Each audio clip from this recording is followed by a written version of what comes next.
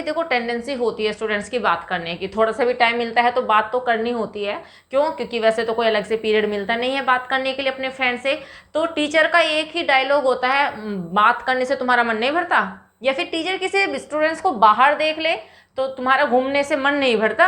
ठीक है, तो ऐसे टोन तो हमने सुने हैं और वो ही स्ट्रक्चर आज मैं आपको बताने वाली हूँ। जैसे कि आपको पता ही है कि मैं आपके लिए लेकर आती हूँ कुछ इंपॉर्टेंट इडियम्स एंड फ्रेजेस या फिर स्ट्रक्चर्स जो कि आप अपनी डे टू डे लाइफ की कॉन्वर्सेशन में यूज कर सकते हैं एंड अपने स्पीकिंग को बना सकते हैं काफी इफेक्टिव। तो आज भी वीडियो कुछ इडियम्स पे ही बेस्ड है, तो चलिए स्टार्ट करते हैं आज की video without wasting any time. लेकिन हाँ, अगर अभी तक आपने मेरा चैनल सब्सक्राइब नहीं किया है, do subscribe my channel. Video अच्छी लगे तो लाइक जरूर कीजिएगा। तो चलिए स्टार्ट करते हैं।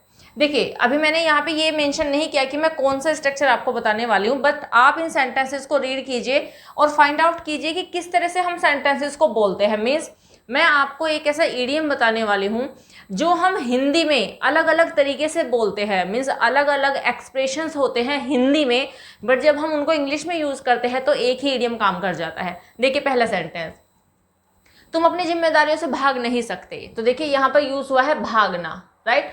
भागना, अवॉइड करना, ठीक है, उनसे बचना। ठीक है, तो तुम अपनी जिम्मेदारियों से भाग नहीं सकते। नेक्स्ट, वह बड़ी जल्दबाजी में मीटिंग से निकल गया। अब देखिए, जल्दबाजी में निकल गया, यहाँ पे इन दो एक्सप्रेशंस को देखिए, जल्दबाजी में निकल गया। ठीक है, पहले में यूज हुआ था भागना, जिम्मेदारियों से भागना, यहाँ पे है जल्दबाजी में निकल गया। नेक्स्ट, तुम अपने होमवर्क से बचने की कोशिश कर रही हो। अब यहाँ पे यूज हुआ है बचना। ठीक है, बचना, तुम अपने होमवर्क से बचने की कोशिश कर रही हो। ओके नेक्स्ट, वह इस कॉन्ट्रैक्ट से बचना चाहता है। तो यहाँ पे भी बचना ही यूज हुआ है। तो देखिए तीन तरीके के एक्सप्रेशंस आए हैं, बचना, जल्दबाजी में निकल जाना और जिम्मेदारियों से भागना। तो ये तीन चार एक्सप्रेशंस होते हैं हिंदी में, लेकिन इनके लिए आपको एक ही इडियम यूज करना है। इसके लिए आपको यूज करना है duck out of. Duck out of, right? तो इसके लिए आपको यूज करना है डक आउट ऑफ, एंड जिससे भी बचने की बात होगी, है ना, वो हम यहाँ पे यूज करेंगे as an object of preposition. Okay, first example देखिए, तुम अपनी जिम्मेदारियों से भाग नहीं सकते। हम किसी को सजेशन देते हुए कह रहे हैं कि तुम अपनी जिम्मेदारियों से भाग नहीं सकते। तो सेंटेंस जिस टेंस में होगा उसी में ही बनाएंगे, एंड अगर हमें नीड हुई तो हम डक को ही according to the tense use करेंगे। तो देखिए, भाग नहीं सकते, ठीक है, you can't duck out of your responsibilities. You can't duck out of your responsibilities. Right sentence is you can't duck out of your responsibilities. अगर इंट्रोगेटिव बनाना हो, क्या तुम अपनी जिम्मेदारियों से भाग रहे हो? ठीक है, क्या तुम अपनी जिम्मेदारियों से भाग रहे हो? Are you ducking out of your responsibilities? तो हम according to the tense duck को यूज करेंगे, एंड continuous का सेंटेंस है तो ing हमें लगानी है। Are you ducking out of your responsibilities? तो ऐसे आप अलग अलग तरीके से बना सकते हो। एक और जैसे कि मैं अपनी जिम्मेदारियों से नहीं भागूंगा, मैं अपनी जिम्मेदारियों से नहीं भागूंगा। I will not duck out of my responsibilities. I will not duck out of my responsibilities. तो ऐसे आप सेंटेंसेस को बना सकते हो, जैसे चाहे बना सकते हो। ओके नेक्स्ट वन, वह बड़ी जल्दबाजी में मीटिंग से निकल गया। जल्दबाजी में मीटिंग से निकल गया। अब देखिए, पास्ट इंडेफिनिट का सेंटेंस है, मेन वर्ब की सेकंड फॉर्म का यूज करेंगे तो ये हो जाएगा डक्ड। वह जल्दबाजी में मीटिंग से निकल गया, he ducked out of the meeting. He ducked out of the meeting. Right sentence is he ducked out of the meeting. Okay next one, तुम अपने होमवर्क से बचने की कोशिश कर रही हो। तुम अपने होमवर्क से बचने की कोशिश कर रही, you are trying to duck out of your homework. You are trying to duck out of your homework.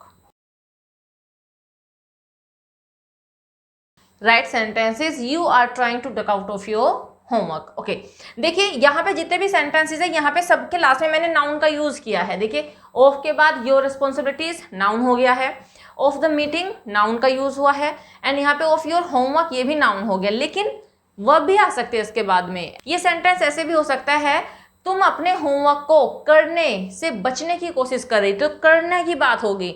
तो जब करने की बात होगी तब हम यहाँ पे डूइंग का यूज कर देंगे। You are trying to duck out of doing your homework. तो मीन्स अगर वर्ब यूज करना है हमें ऑफ के बाद में, तो हम मेन वर्ब की फोर्थ फॉर्म का यूज करेंगे, और अगर कोई नाउन यूज करना है तो आप डायरेक्ट नाउन को यूज कर सकते हैं। ओके नेक्स्ट, वह इस कॉन्ट्रैक्ट से बचना चाहता है। वह इस कॉन्ट्रैक्ट से बचना चाहता है, he wants to duck out of this contract. He wants to duck out of this contract. तो ऐसे सेंटेंस बना सकते हैं, मीन्स कुछ भी बना सकते हो भाई। ये एक्सप्रेशन है, सारे एक्सप्रेशंस मैंने आपको बता दिए और इनका एक ही इलाज है और इलाज है डक आउट ऑफ, मीन्स इसके लिए हम यही इंग्लिश में इडियम यूज करेंगे। होप समझ में आ गया होगा आपको। स्क्रीनशॉट लेना चाहते हो तो ले लीजिए। होप ये इडियम आपके लिए यूजफुल होने वाला है। तो चलिए नेक्स्ट स्ट्रक्चर देखते हैं। नेक्स्ट स्ट्रक्चर जो मैं आपको बताऊंगी दैट इज फॉर बदतमीजी से बात करना या फिर बदतमीजी करना। हम बहुत बार कहते हैं क्या बदतमीजी कर रहे हो, वह मेरे साथ बदतमीजी कर रहा था, वह मेरे साथ बदतमीजी से बोल रहा था। ऐसे हम सेंटेंसेस बहुत बार यूज करते हैं। तो देखिए इसमें इसका मीनिंग भी छुपा हुआ है। बद का मतलब होता है बेकार, बैड, राइट। एंड तमीजी का मतलब होता है way of behaving. Way of behaving means हम कैसे किसी के साथ में बिहेव कर रहे हैं। तो कैसा बिहेव कर रहे हैं, बैड बिहेव कर रहे हैं, तो बदतमीजी, ठीक है। तो बदतमीजी हमेशा वर्बली होती है। इसका अगर इंग्लिश की बात करें इसका मीनिंग होता है टू बिहेव इम्पोलाइटली और इनएप्रोप्रिएटली। तो मीन्स बेकार तरीके से किसी के साथ में बिहेव करना, गलत बिहेव करना कहलाता है बदतमीजी करना, राइट। तो इसके लिए आपको यूज करना है एक idiom that is get fresh with someone. Gate fresh with someone, right. तो इसके लिए हम यूज करेंगे गेट फ्रेश विद समवन। जिसके साथ बदतमीजी करने की बात होगी उसे हम यूज करेंगे समवन की जगह पे। ओके चलिए एग्जांपल से समझते हैं। फर्स्ट वन है मुझसे बदतमीजी से बात मत करो। मुझसे बदतमीजी से बात मत करो। गेट को हम यूज करेंगे अकॉर्डिंग टू द टेंस। तो सेंटेंस हो जाएगा don't get fresh with me. Don't get fresh with me, right. Sentence is don't get fresh with me. Okay next one, उसने मेरे साथ बदतमीजी करनी शुरू कर दी थी, राइट। तो हम रिपोर्ट करते हुए कह रहे हैं कि बदतमीजी शुरू कर दी थी उसने मेरे साथ में। एंड यहाँ पे बदतमीजी करने का मतलब आई थिंक आपको समझ में आ गया कि गलत तरीके से बातें करना, ठीक है, इम्पोलाइट वे में या फिर अच्छा तरीके से बात ना करना। ओके तो ये हम कंसिडर करेंगे पास्ट इंडेफिनिट का। तो सेंटेंस हो जाएगा he started getting fresh with me. He started getting fresh with me, right. Sentence is he started getting fresh with me. Okay next one, students को क्लास में बदतमीजी नहीं करनी चाहिए। This is a suggestion. Student should not gate fresh in class, right. Sentence is students should not gate fresh in class. हो समझ में आ गया होगा। स्क्रीनशॉट लेना चाहते हो तो ले लीजिए। होप ये भी आपके लिए यूजफुल होने वाला है। तो चलिए नेक्स्ट स्ट्रक्चर देखते हैं। नेक्स्ट मैं आपको बताने वाली हूँ मन न भरना, राइट। इसके बहुत सारे सेंटेंसेस हम अपनी लाइफ में बोलते हैं जहाँ पे हम इस वाले एक्सप्रेशन को यूज करते हैं कि इस चीज़ से मन नहीं भरता, उससे मन नहीं भरता, इससे मन नहीं भरा, ऐसे हम यूज करते हैं। तो इसके लिए आपको यूज करना है can't get enough of. Can't get enough of, right. तो इसके लिए हम यूज करेंगे कांट गेट एनफ ऑफ। देखिए अब यहाँ पे जिससे भी मन भरने की बात होगी उसे हम यहाँ पे एज एन ऑब्जेक्ट यूज करने वाले हैं। एग्जांपल से समझते हैं। फर्स्ट वन इज तुम्हारा फोन चलाने से मन नहीं भरता, ठीक है। तो इसके लिए जैसे कि मैंने आपको बताया कि कांट गेट एनफ ऑफ का यूज करेंगे। तो फर्स्ट एग्जांपल है तुम्हारा फोन चलाने से मन नहीं भरता। तो सेंटेंस हो जाएगा you can't get enough of using phone. You can't get enough of using phone, right. Sentence is you can't get enough of using phone. Last वाला सेंटेंस देखिए, तुमसे बात करने से मेरा मन नहीं भरता। मतलब कि भाई तुमसे कितना भी बात कर लूं मेरा मन नहीं भरता, मीन्स मन करता है कि तुमसे बात करती ही जाऊं, करते ही जाऊं, उस सेंस में सेंटेंस है ये। तो ये सेंटेंस आपके लिए, आप मुझे कमेंट सेक्शन में बताओगे कि आप इस सेंटेंस को कैसे बोलोगे। तुमसे बात करने से मेरा मन नहीं भरता। ओके सेकेंड सेंटेंस, तुम्हें देखने से मेरा मन नहीं भरता। अब तुम्हें देखने से मेरा मन नहीं भरता का मतलब क्या है, मतलब कि तुम्हें कितना ही देखता रहूं मन नहीं भरता, या तुम्हें कितना ही देखते रहूं मन नहीं भरता, मन करता है बस देखता ही रहूं, देखते ही रहूं, देखते ही रहूं, वो वाली सेंस है इस सेंटेंस की। ओके तो तुम्हें देखने से मेरा मन नहीं भरता। I can't get enough of looking at you. I can't get enough of looking at you, right. Sentence is I can't get enough of looking at you. Okay next one, घूमने से तुम्हारा मन नहीं भरता। वही सेंटेंस जो हम अपनी स्कूल लाइफ में सुनते ही आते हैं, घूमने से तुम्हारा मन नहीं भरता, ठीक है। You can't get enough of roaming around, ठीक है, roaming around. You can't get enough of roaming around, right. Sentence is you can't get enough of roaming around. Hope समझ में आ गया होगा आपको। एंड आप स्क्रीनशॉट लेना चाहते हो तो ले लीजिए।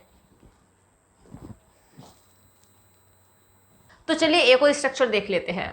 नेक्स्ट है तंग आ जाना, राइट, तंग आ जाना। अभी इससे पहले हमने क्या था, मन नहीं भरता, तंग आ जाना सेम वही इडियम हम यूज करने वाले हैं, बस थोड़ा सा चेंज होगा, वो कैसे देखें। जब हम बात करते हैं कि मन नहीं भरता तब हम यूज करते हैं can't get enough of, can't get enough of. लेकिन जब हम यूज करते हैं तंग आ जाना तब हम यूज करते हैं get enough of, get enough of. तो तब हम यूज करेंगे गेट एनफ ऑफ। तो चलिए एग्जांपल से समझ लेते हैं। मैं तुमसे तंग आ चुका हूं, मैं तुमसे तंग आ चुका हूं। तो देखिए प्रेजेंट परफेक्ट का हम इसको कंसीडर करेंगे एंड सेंटेंस हो जाएगा I have got enough of you, I have got enough of you.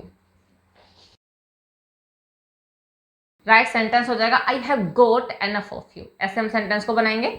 Next है मैं तुम्हारे रोज रोज के तानों से तंग आ चुका हूं। ठीक है, किससे तंग आ चुका हूं, रोज रोज के तानों से। सेंटेंस हो जाएगा I have got enough of your daily tones. ठीक है, I have got enough of your daily tones. Right sentence is I have got enough of your daily tones. Okay, next one. तुम जल्दी ही इस job से तंग आ जाओगी। कोई job है, हम सामने वाले को सजेस्ट करते हुए कह रहे हैं कि मत करो इस जॉब को, तुम जल्दी ही जॉब से तंग आ जाओगी। ये फ्यूचर का सेंटेंस है, विल शैल का यूज करेंगे वर्ब की फर्स्ट फॉर्म, तो वर्ब हम यहाँ पे गेट को ही यूज कर रहे हैं। You will get enough of this job soon, you will get enough of this job सून।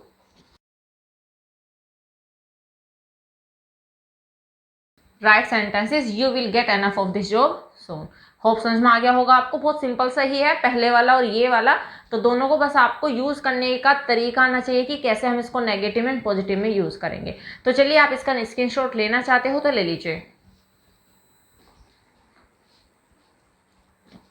इस तरह से इस वीडियो में हमने 4 इंपॉर्टेंट स्ट्रक्चर्स कवर कर लिए हैं। होप ये वीडियो आपके लिए यूजफुल भी होने वाली है। तो बस इस वीडियो में इतना ही, मिलते हैं नेक्स्ट वीडियो में कुछ और इंपॉर्टेंट स्ट्रक्चर्स को लेकर। Till then bye bye, take care, stay healthy and keep learning.